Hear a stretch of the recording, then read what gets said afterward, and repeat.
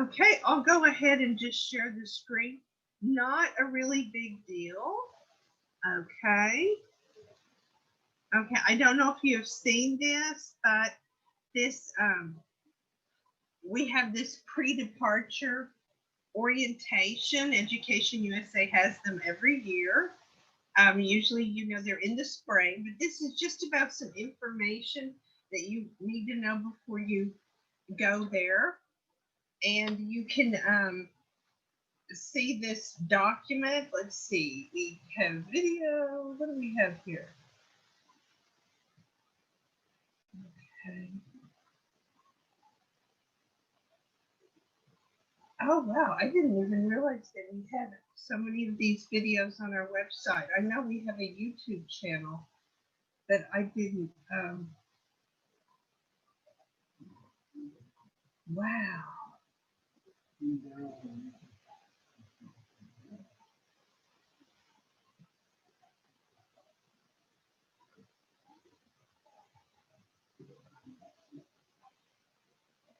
Oh, okay. Yes. Orientacja pred odlazem na studie u stad. Okay. And you can see some questions and things that other students may have asked or something. Okay, then you've got documents that you can download on here.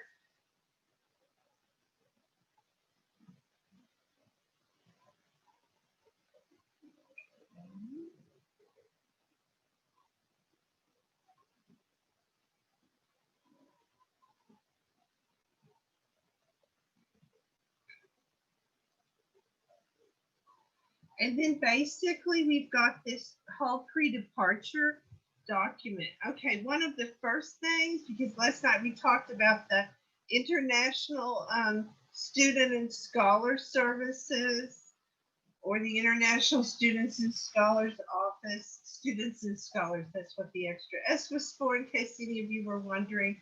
I kind of had COVID brain and could not really remember right away. But they will also have orientation for you. And every time they want international students to go to orientation, I really suggest that you go. Okay, and they will tell you how to do things, but we also have this little booklet about things that we give out and that you can, I don't know if you can download this or not, but it kind of goes over pretty much, making your travel arrangements. Also, a contact, as we talked about last night, the documents on you don't want your documentation in the belly of the plane when it needs to be on your carry-on. Okay. Your prescriptions. Okay, does anyone have any questions about prescription medicine or anything like that?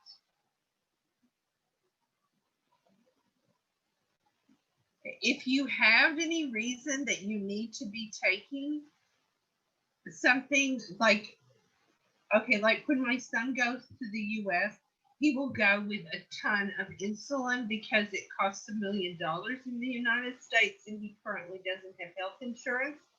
So he has a letter, a little insulin bag, and so on and so forth. So you just need to be aware of that. And that's something you probably want to contact us about specifically and say, hey, I've got this situation. And the deal with us is that we don't have answers to all your questions, but we're quite good at researching. We know where to go, just like I knew to get everything, how to get everything straight on my son flying around with all this insulin, okay? Because we know where to look. You've also got your international student office, okay? They talk about your clothing, okay, and knowing about the climate. Okay, do you all want to talk about electronics? Okay, I don't really know that much about these things, but we have people ask us, will they look in our electronics? Will they do this? Will they do that? I believe that those things are available online and that you should be prepared. But I believe you have that information online and you want to be prepared that they may want to look at your electronics. I've had to show my electronics before. Okay. This is mostly about appliances to get adapters and things like this. Okay, now the main thing I think is most interesting is what not to pack. Okay, for example, okay, when you get into student housing, if you go the student housing route, or maybe you go to a place that rents to students, typically you're not going to have sheets on your bed. You're going to need your own, and it's much cheaper to buy them over there. Clothing is much cheaper over there. Shoes are not so expensive over there.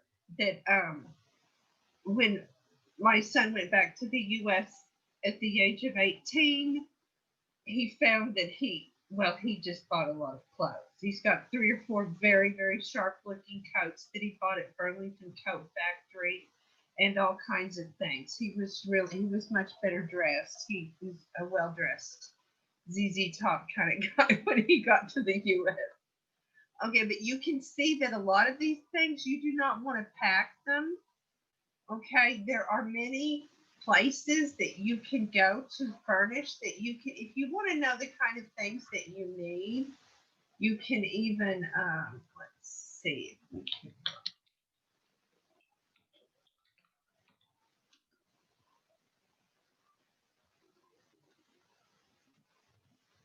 Okay, you can see this place that is Bed Bath and Beyond. Okay, different rooms. Okay, categories.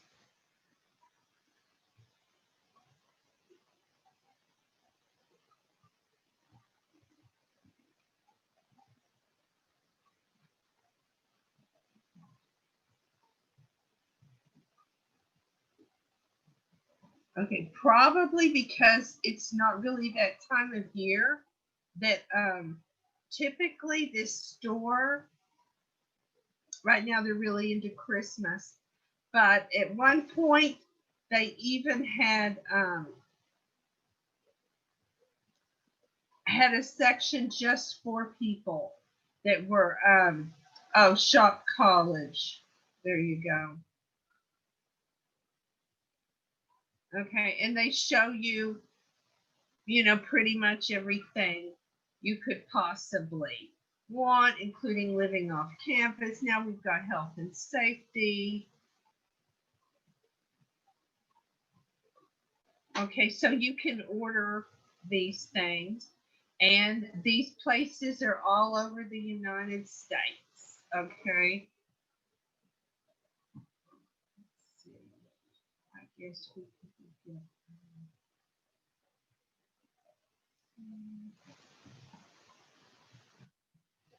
You can see they even show you the colleges, so you can find the one nearby. We are such consumers.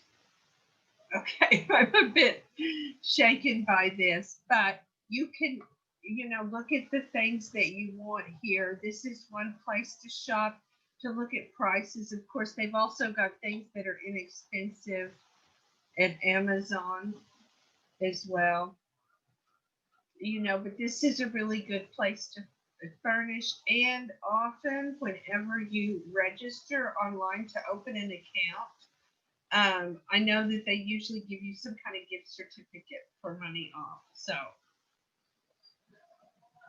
this is not a bad thing, but basically, this is the pre-departure. We give you an orientation when you leave, and then as soon as you get off the plane, they line you up for another orientation.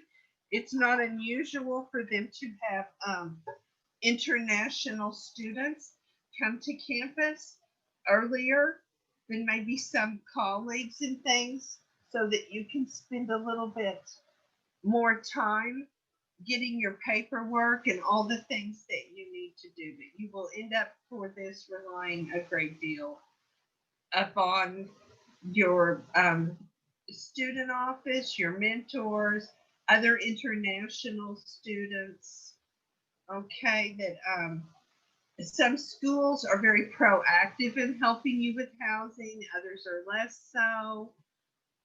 When we all go into the Slack channel, then you will see um,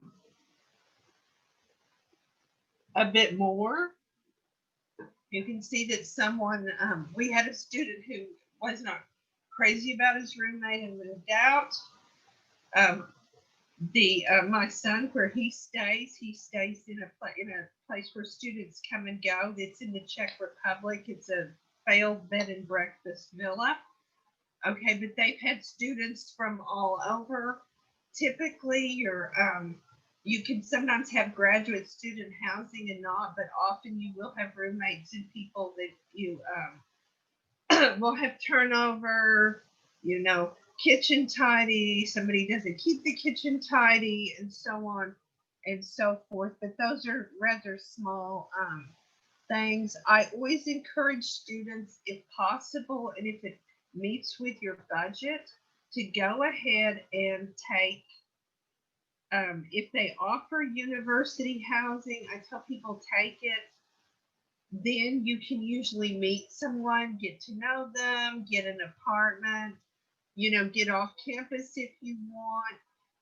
Housing is an issue and you want to have a look at it and see how that works out for you. Okay. Then they'll have nearly every book that you need in their libraries. If they don't have books or articles or things in the library, you can usually get them through interlibrary loan, which means one library asks another one for something to arrive.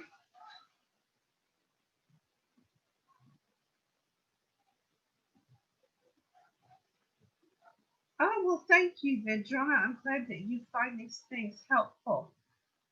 Sometimes I feel like I just drone on about it, but a lot of people really want to take bedding and things. And see, when I came to Serbia, people couldn't believe what I didn't have with me. And I was like, why would I bring something like that? Why would I bring bedding? They give me 2 suitcases. Okay. Um,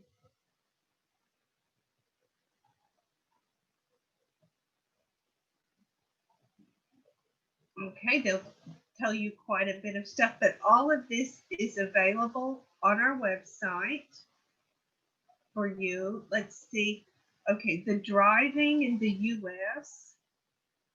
Okay, so typically, okay, if you want to drive in the US and you want a driver's license, you would just go to the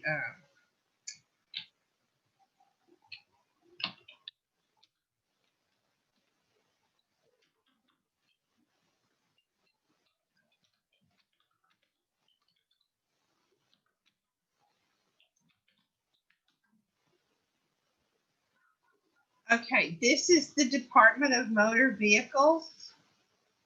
Okay, and as you see, you can just pick your state. Okay, and that's where you can find the rules.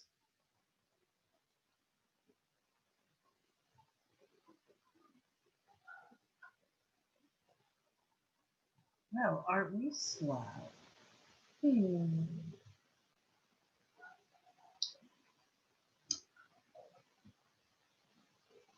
Maybe one step back.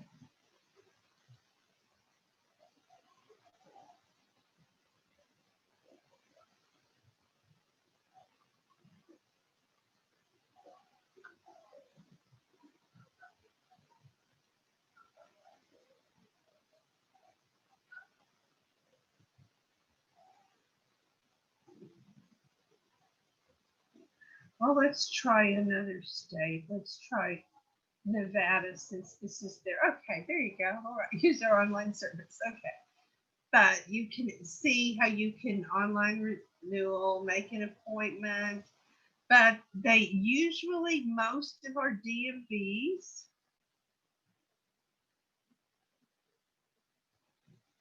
okay, often have little free handbooks where you can study and things like this. Let's see.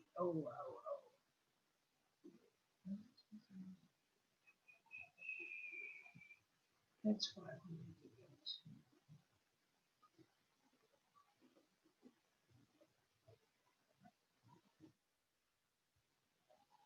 Oh, there you go. There's handbooks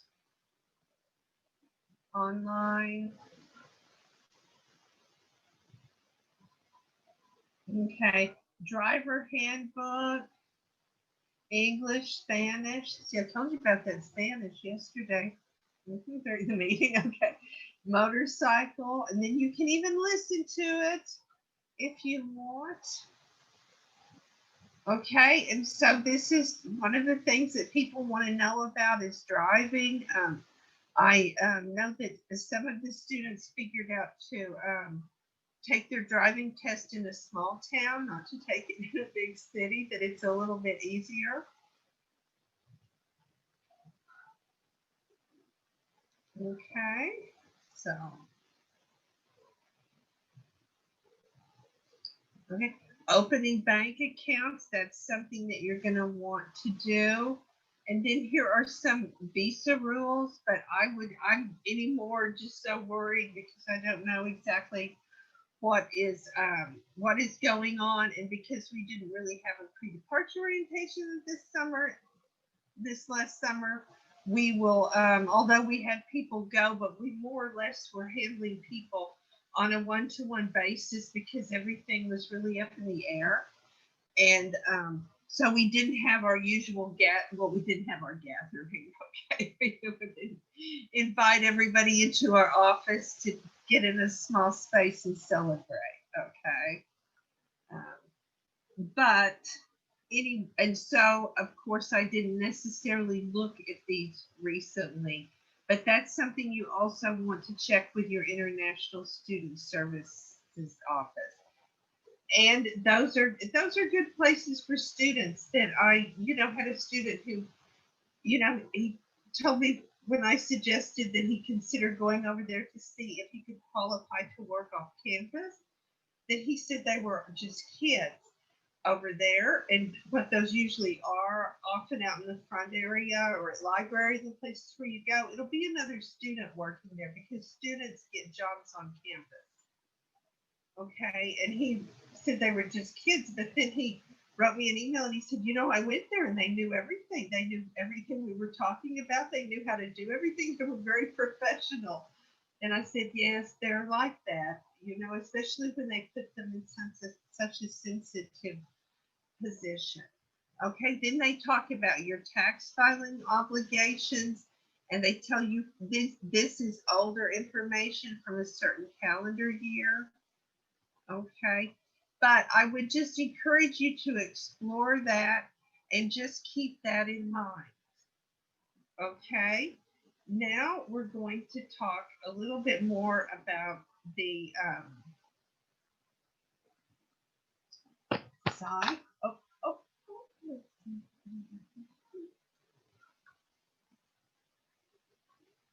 oh, okay.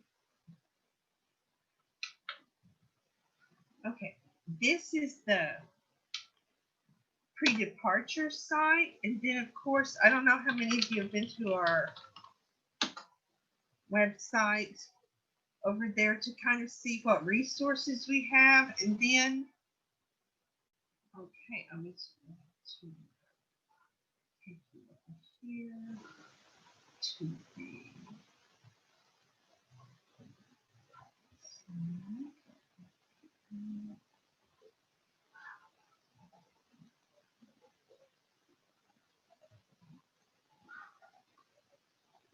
okay, and so I thought that we would start here in this channel. Let me make sure y'all can see it. Okay.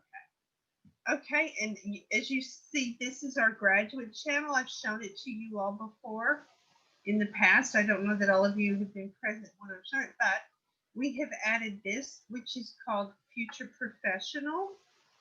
And we are basically developing this. When I say that we're crowdsourcing and things, it's what we're seeing a lot of in the last, I would say, 3 years, since so much is online, is that a lot of times when we're talking about something, that somebody is just able to say, hey, there's this site. You can learn more about it here. Here's this, here's that.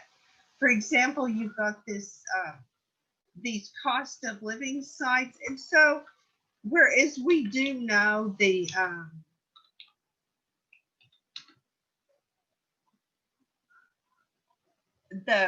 way this all works and things, and we can also tell you, if you give us a link, we can say, oh, that's a bad place, don't go there. That's not good information. That's fake application news. Okay, but we're going to work on this, and we're going to bring in our other students that are already in the site and see about getting them interested in this as well, and just kind of building this. And to do this, I'll show you a little bit about the Future Perfect and how that was working, and what I kind of have in mind for us to build together.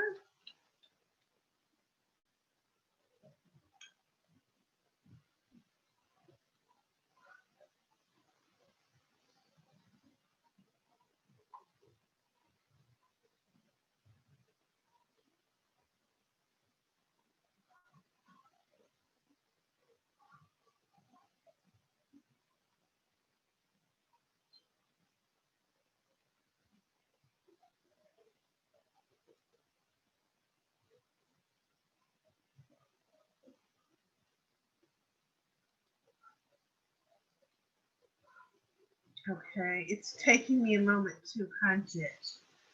So, okay, we can, while I do that, we can, I don't know if you all are familiar with this site, but I will start to share this with you. So I always have to, when I change features, I have to share.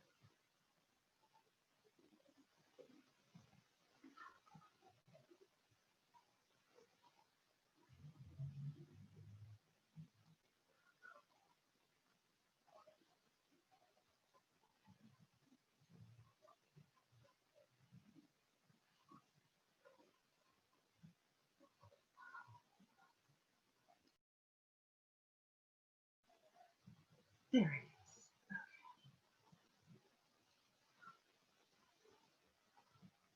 I don't know if you all are familiar with this site, but this is where you can look at how much things cost.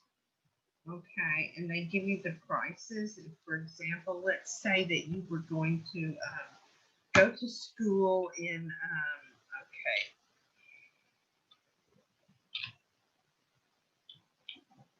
okay, North Dakota.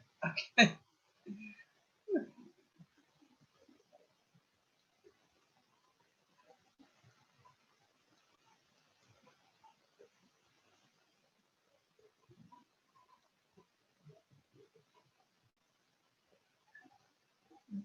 Or I'll tell you a good place is Austin, Texas, because it's in a very, very red conservative state, and it's a very liberal place, and they take great pride in the fact that they've got a great music scene. They're just the antithesis of what people think about when they think of Texas, but it's still got that Western ranch flavor that's also very cool with Texas. But you can see where you can look at the various prices of everything. And meanwhile, I'll try to find that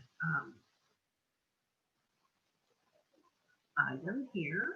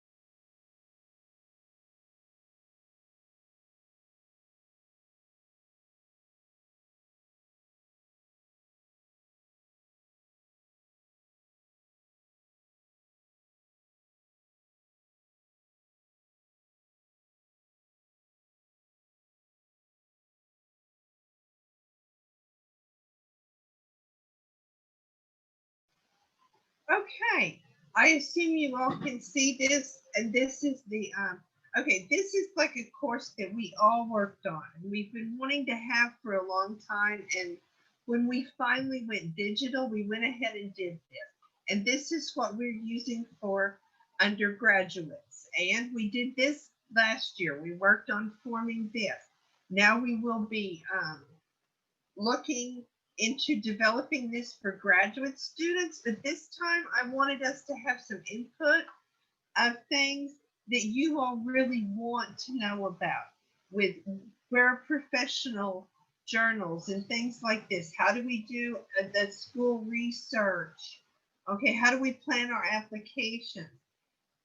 Okay, and you can see that we are having, okay, it is a 12-week course. I believe that graduate students could probably do this course in 8 weeks. And then when you look at the different things, sorry that I'm going so fast. Okay, we use the Slack to recommend, to communicate, and that we have these webinars. And I'm trying to see if we have the syllabus in here, but I don't know if we do. Okay.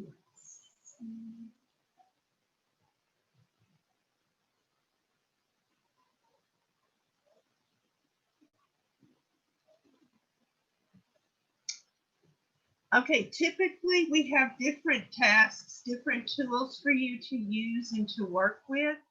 But the big deal with the undergraduates and what made us do the undergraduates first is because also a colleague that I had presented with in the past and is now at UPenn, that he took this,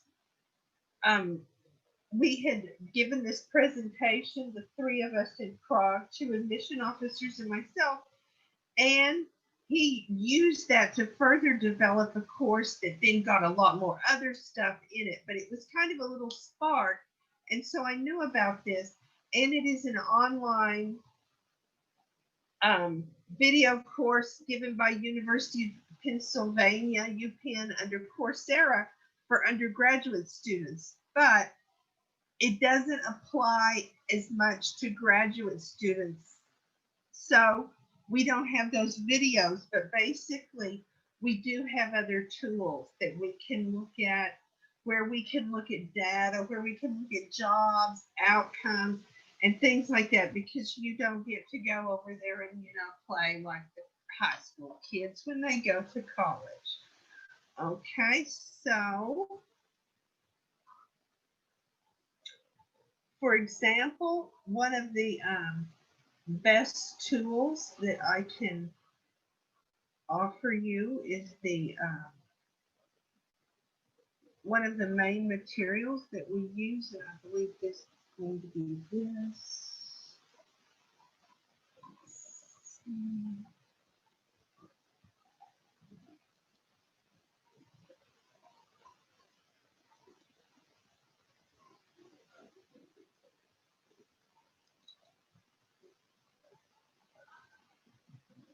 Okay, I believe you can see this Donald Asher book, this graduate admissions essay.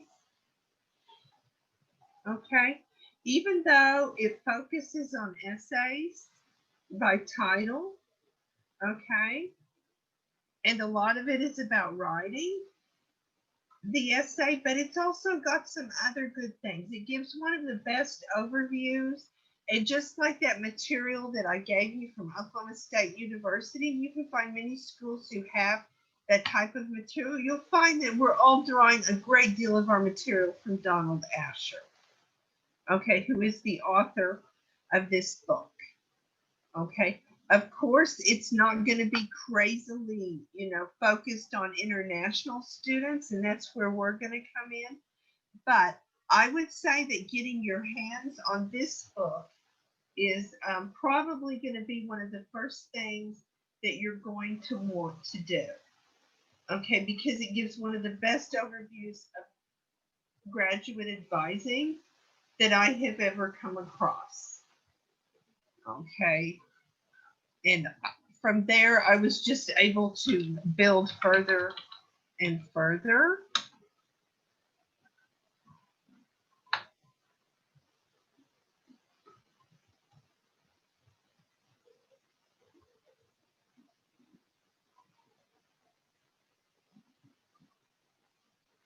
Okay. Another place where you might want to get involved.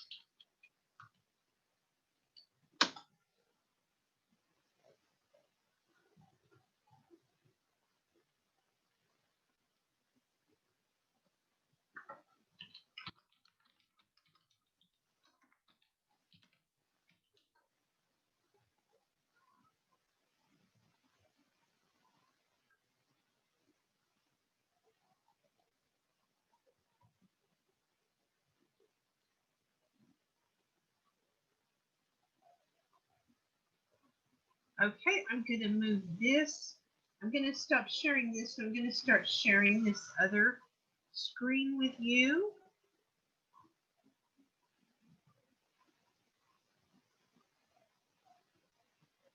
Aha.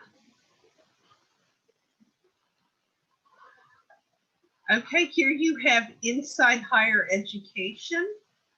Okay, and this is something about where they talk a lot about graduate students. I believe they even have a news and views section.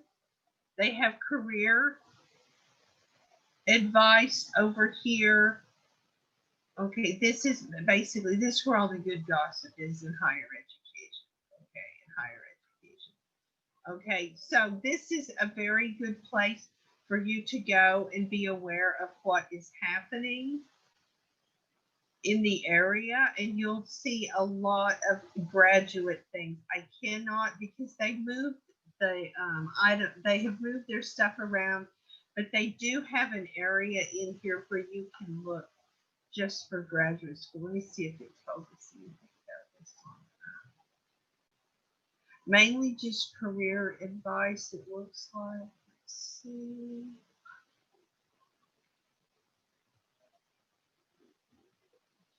Careers kind of job. Okay. So this is one place. Another resource is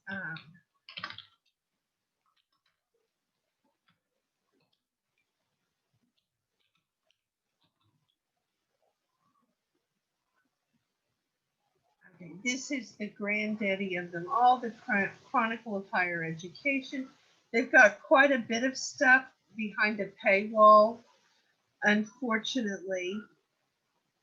Okay, but they do have, they also, or they have been around forever.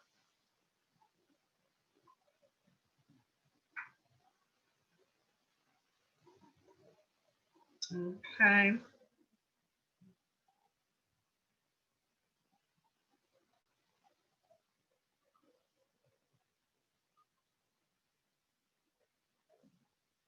Okay, and as you can see, it's just a lot of little gossipy stuff and things like that. But also, they've all got jobs, postdoc offers, things you can find that.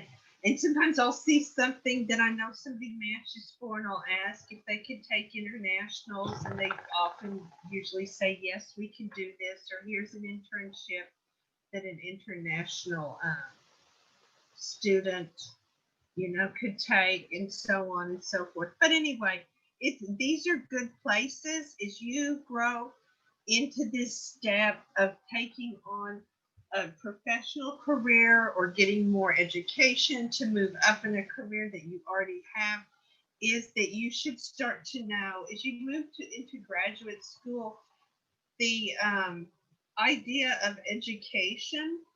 It becomes a smaller and smaller little clique with who's doing what as far as you become more and more specialized. And that it's good to know who's in your field, who wrote something, and things like that. And so you kind of get used to it. It brings you into the little hall of, you're not an undergraduate anymore. You'll be a graduate student, a post-diplomska student, and one of the main things that you will face is the fact that, well, you know, because you've been in the Serbian faculty, so you will not be facing this. But Americans complain about the fact that everything that we do as bachelor's students, it's so pretty and nice and good and interesting, and when you go in there, your professor that just liked you and really was, encouraging you because you were a hard worker and you love your field and you're passionate, going to graduate school, you head in there and there's your professor saying, so you want to be as smart as I am, do you now? And they will encourage you. It's a beautiful life, but they will also push you to be absolutely your best.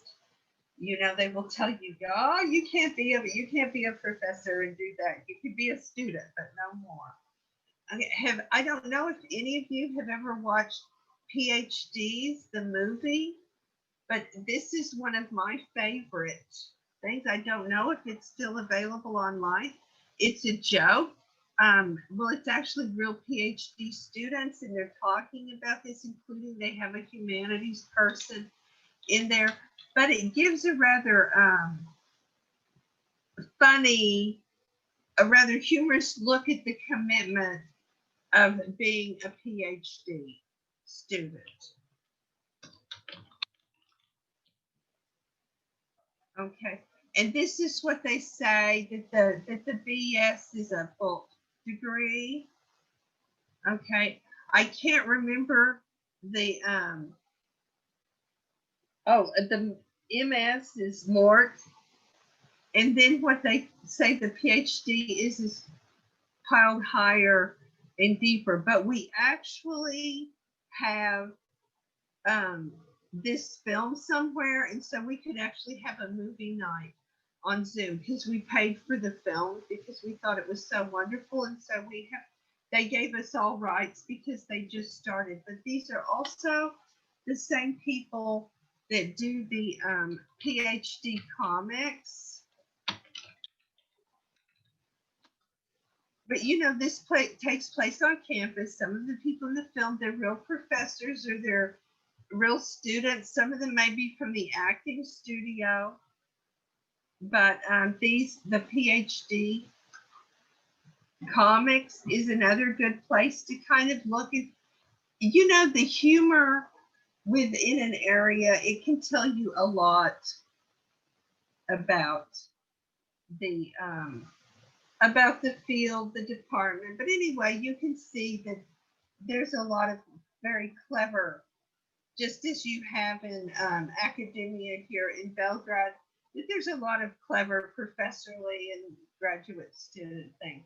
Do you all have any other questions for me about pre-departure, about going to the US, about climate, about, okay. Does anyone know how to convert Celsius to Fahrenheit easy enough to know what to wear? But don't do this in a lab. Okay.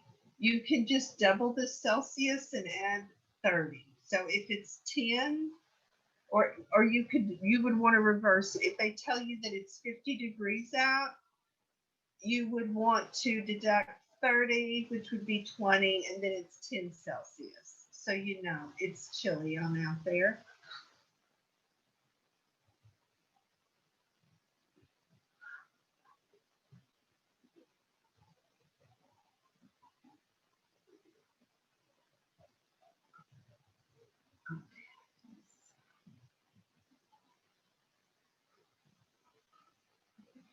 Okay, what I would, okay, working and studying at the same time.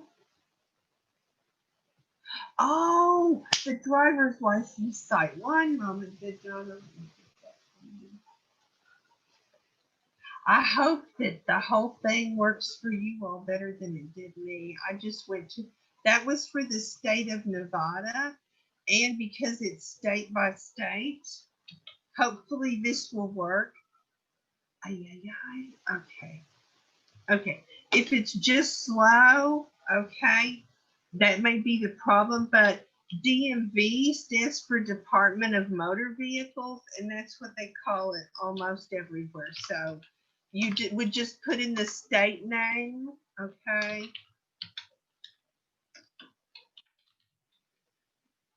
Okay, and Department of Motor Vehicles, or just DMV plus the state, and it will tell you about that. Okay, will be the rent cost. Okay, one reason I say that, okay, to stay on campus is if it's an area that's not known to you. You may have friends, you may have people to get advice from. You may be able to find someone to room with. Most people are going to have roommates, okay, that take apartments. It's not a lot of people who live on their own in an apartment, but the roommate situation, like you'll have a shared living room, but you'll have separate bedrooms. Usually you'll have separate baths and things like that. It just depends on what you can afford. Now for the cost of living site. Okay.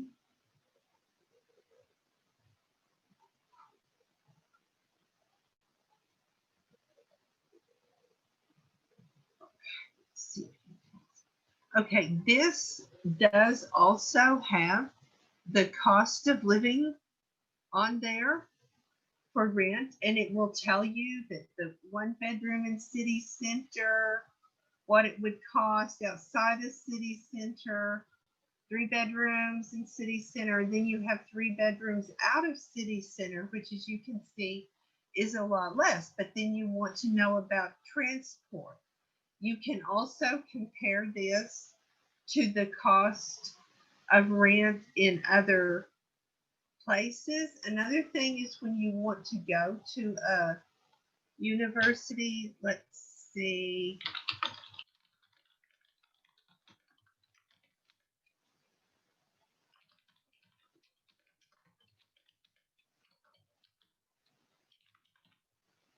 Okay, can you see what I'm doing here?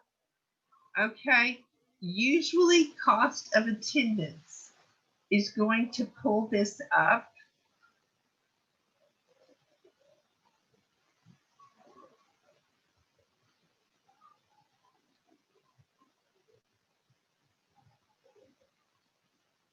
Okay, and they'll tell you what the cost of attendance is, what the fees are, the tuition fees.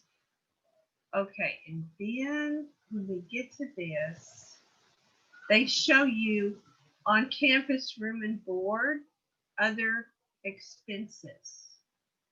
Okay, and so this is going to be books, um, transport. For example, at OU, you have a student ID, and I think that you can just get on the bus at Lloyd Noble, and it takes you right to campus, as I recall.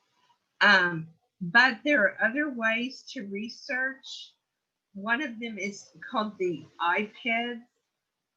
Okay, and it's a government site that we use. And I need to get in there and see what it looks like this year for graduate students. But that's where they report to the government, which enables them to be accredited to get their student loans. And they pretty much cover their cost of attendance. And I was also thinking because when you all were asking me about getting admitted to departments, someone had a question about um, departments and funding, and some of them only take a few students, and how can we know these things? And I'm pretty sure that we can dig that out of iPads. And that is why I would like us to kind of try to band together and work on this program so that it's more up to date. You know that we've come a long way from people that were actually filling out paper applications, sending things DHL. Everything is electronic. There's a lot more information out there than there was before, more opportunities to present yourself, but also things that may not be in your best interest. And we can help one another sort through that as well. Sometimes when one of us is looking, maybe we've got someone looking for a computer science scholarship, and then they see a humanities scholarship and they bring it back to our future professional advising cave and tell the humanities people, hey, look what I found. And I think that that would be a very good approach to start this, and that I want this to really be built so that it meets the needs of today's prospective graduate student. And that's why I promise I'm not going to have you guys working, or, I've heard these horror stories, I'm not going to have you guys doing a bunch of stuff, but I want us to have a feedback conversation about these things so that we can make sure that people are getting information that they need to know, and that I'm not just giving you the same stuff that I've given all these years that you all have already learned. Okay? Anything else you all want to ask me tonight?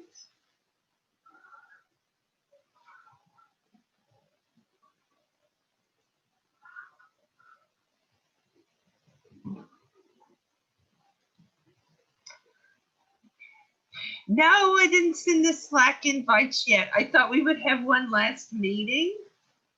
Okay. Okay, the site I mentioned, and I'll go ahead and show it to you. Okay, and see, the other thing is there are some other sites that also that we need to be using too.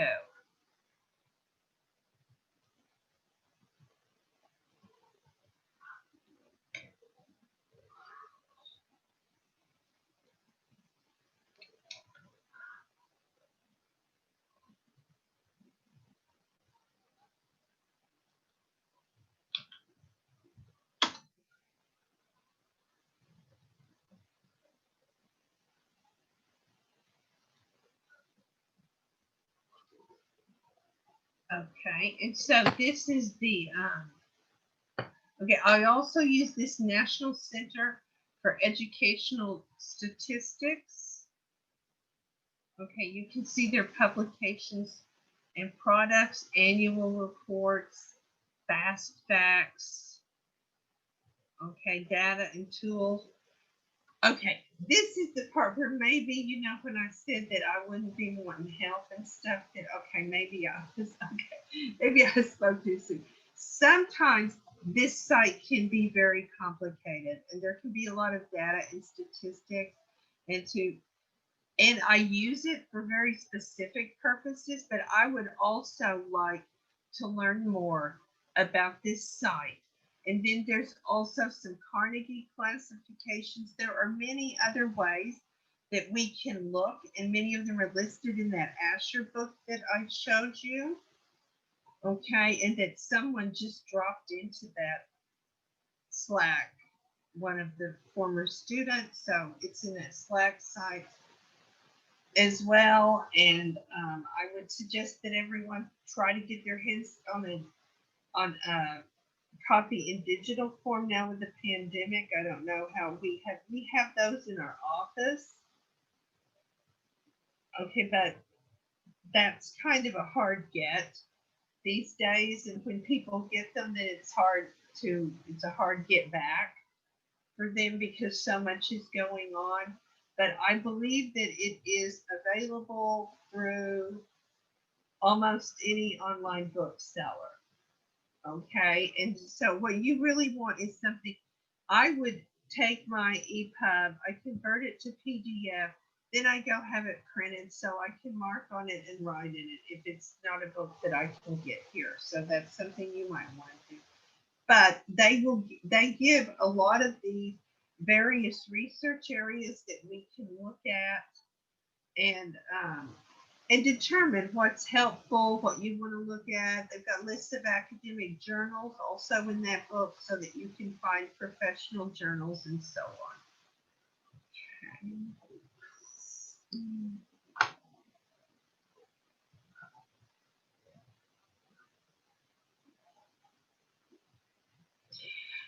Okay, Sonia, when you get a stipend, okay, and they will tell you in almost everything you look at that the first few months can be the first month or two are going to probably be the most expensive month that you are going to be looking at. Okay, so getting your paperwork, getting in the system, and getting your stipend, I would really suggest that you show up with some money or access to money back home.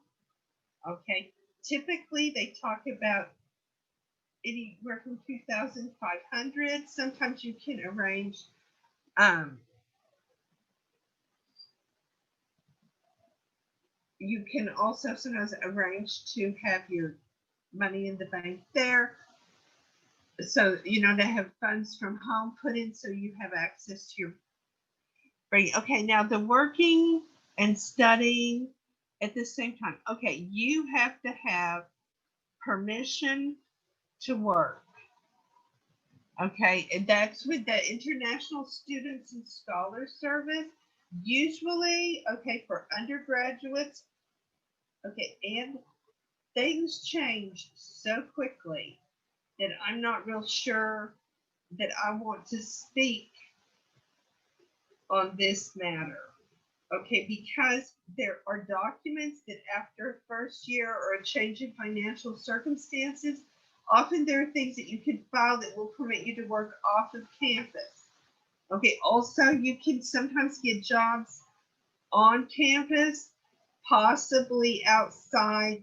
You want to talk to your professors, to the graduate unit head,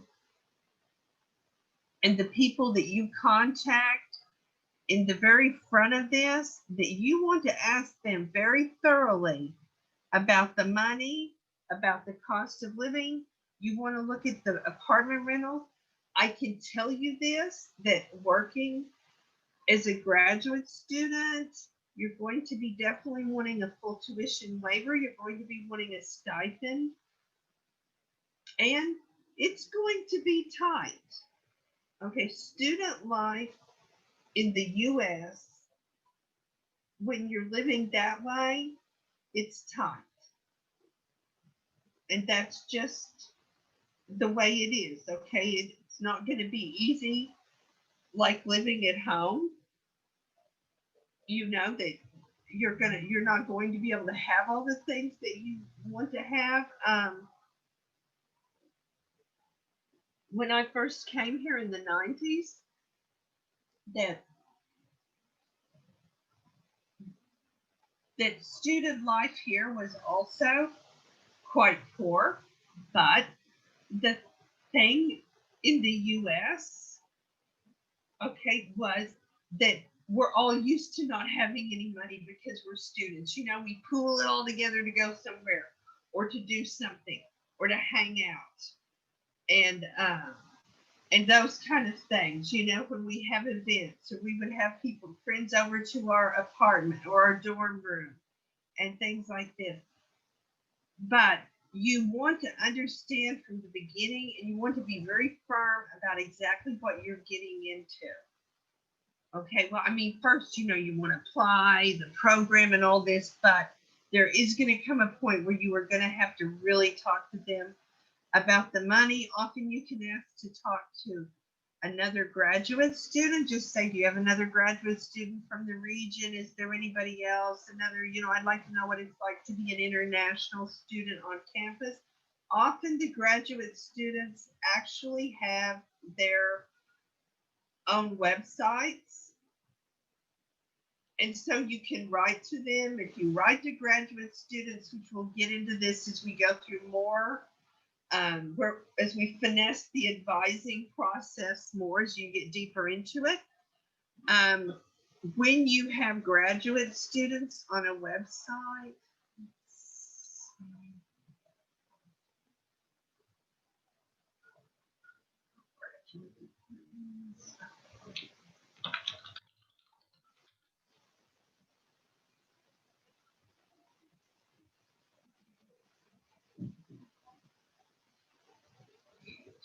he's okay. I wouldn't trust that site. I thought I was on the OU site.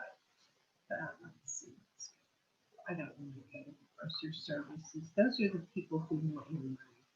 We would just rather go to OU.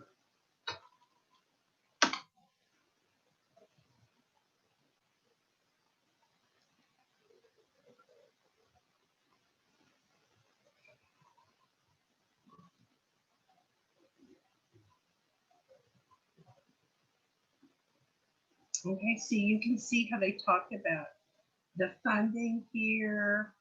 collection data. Okay.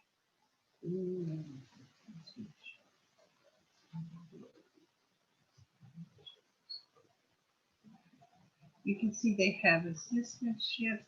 Now, at one time, it was relatively easy when you got to a program.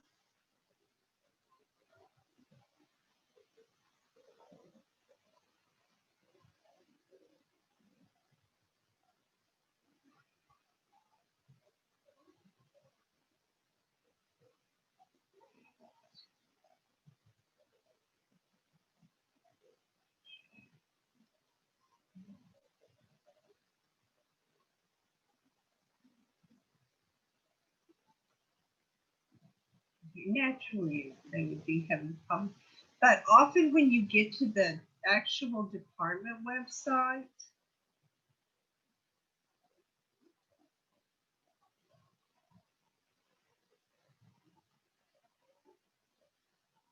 okay, College of Arts and Sciences.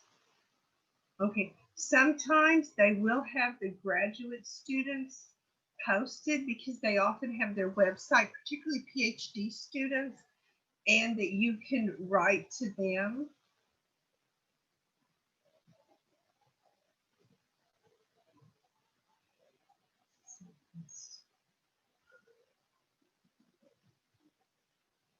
Okay, that's just a message to students. Let's see that. Funding source. Okay, on here, I don't know exactly where they put it now, but you can find students to write to. You can ask about a student that you can communicate with.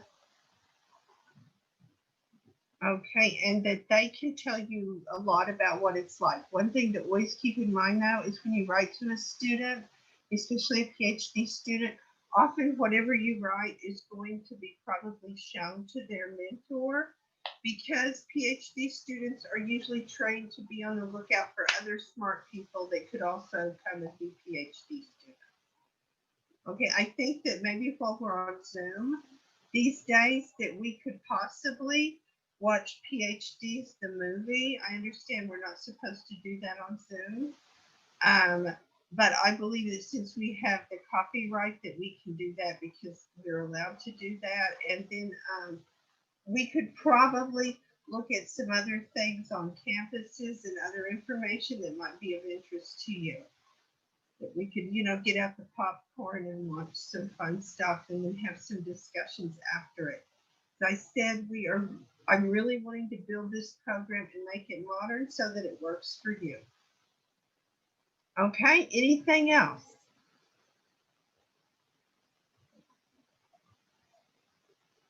Okay, we will send out the invitations.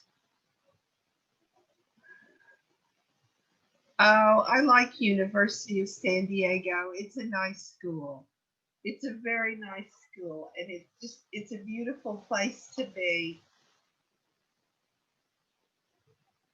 And see, that's the thing is that a lot of the public universities, they're not going to give money to undergraduates, but they've got money for masters, PhDs, and things like that. So I'm always eager to talk about schools and programs. Okay, anything else before we close tonight? Okay, and I'm still going through and looking at your little notes and things, and then I guess I will see you all on the forum tomorrow. Okay, bye-bye. Have a great weekend.